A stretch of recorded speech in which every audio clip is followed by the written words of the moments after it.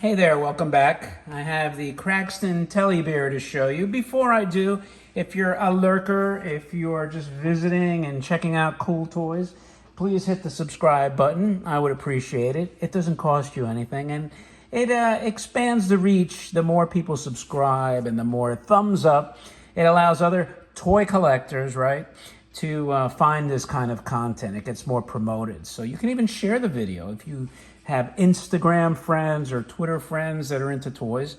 Share the link to these videos. I'm sure that they would appreciate it too. And with that out of the way, we have another toy that was repaired at the Robot Hut. And John told me he thinks the toy was rather boring. I disagree, and I'll tell you why as I get into it. But first, let's look at the box. Kind of a big box. Almost the size of those barber bear, dentist bear, beauty parlor bear.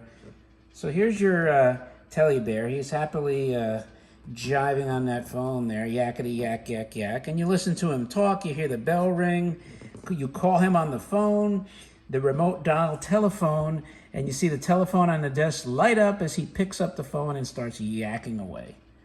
And this is S&E, right, which made all the like I said, the aforementioned dentist bear, beauty parlor bear, and barber bear. So you can see he's got a full load here, full workload. And look, he's got a safe there. And somebody tried to crack in the safe. It was probably the Riddler, I would imagine. You know, probably Batman era. So here he is, happily away. Tells you again that the instructions, call him on the phone, blah, blah, blah, blah, blah. It even shows you, this is what you do, pick up the phone. I won't pick it up because you don't need to pick up the receiver. And he actually gave me John gave me a good tip on that, which I'll tell you in a sec too. So there's your box. Nice, happy 50s graphics. And inside were these instructions, which I don't think you normally see. And this tells you to make sure after dialing, be sure the dial returns to the 0 position. And the reason is you don't want this thing to keep running because that really activates the action of the toy.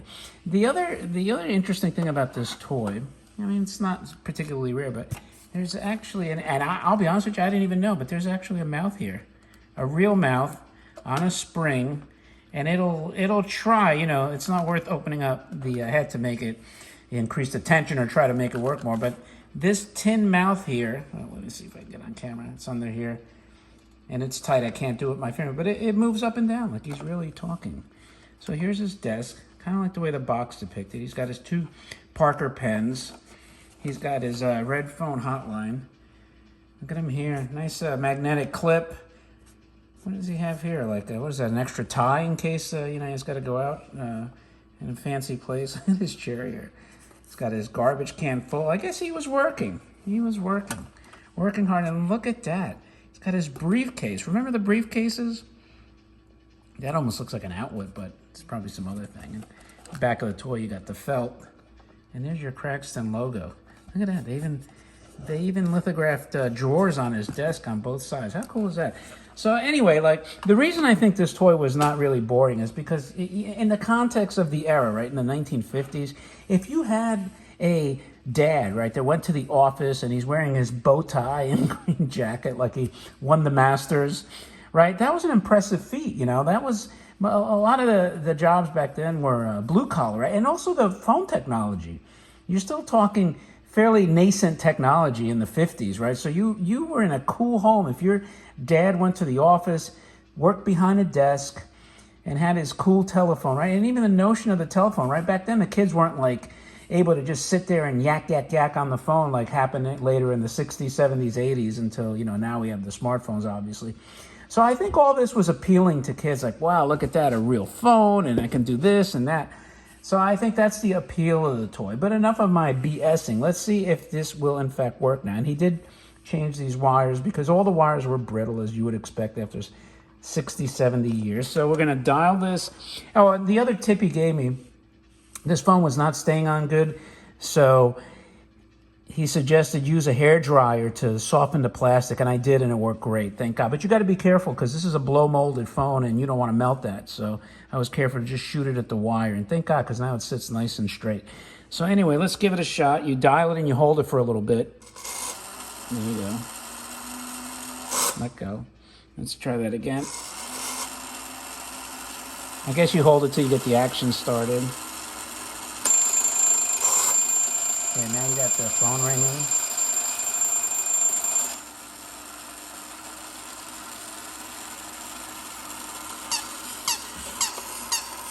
You see the little mouth moving under there?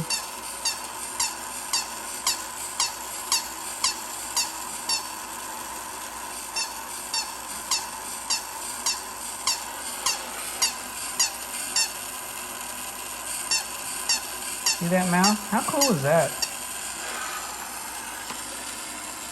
And he returns the phone to the base. I bet you guys want to see this one more time without me interrupting. So now you saw the mouth moving. Let's do it one more time. I think he put an LED bulb, thank God. So I don't have to worry about that burning out.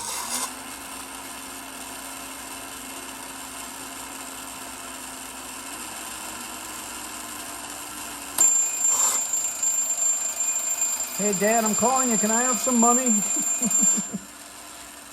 For the, what do you call those dances? The sock hops? Can I have a nickel for the jukebox, Dad?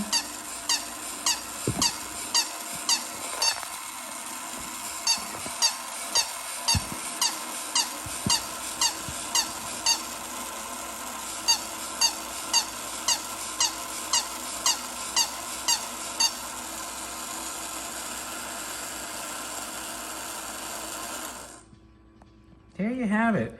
That's your Cragstan Telly Bear. Like I said, I think it did appeal to the kids who could relate to having a mid-level manager dad and having a cool phone and all this other stuff that was high-tech back in the day and carrying his briefcase.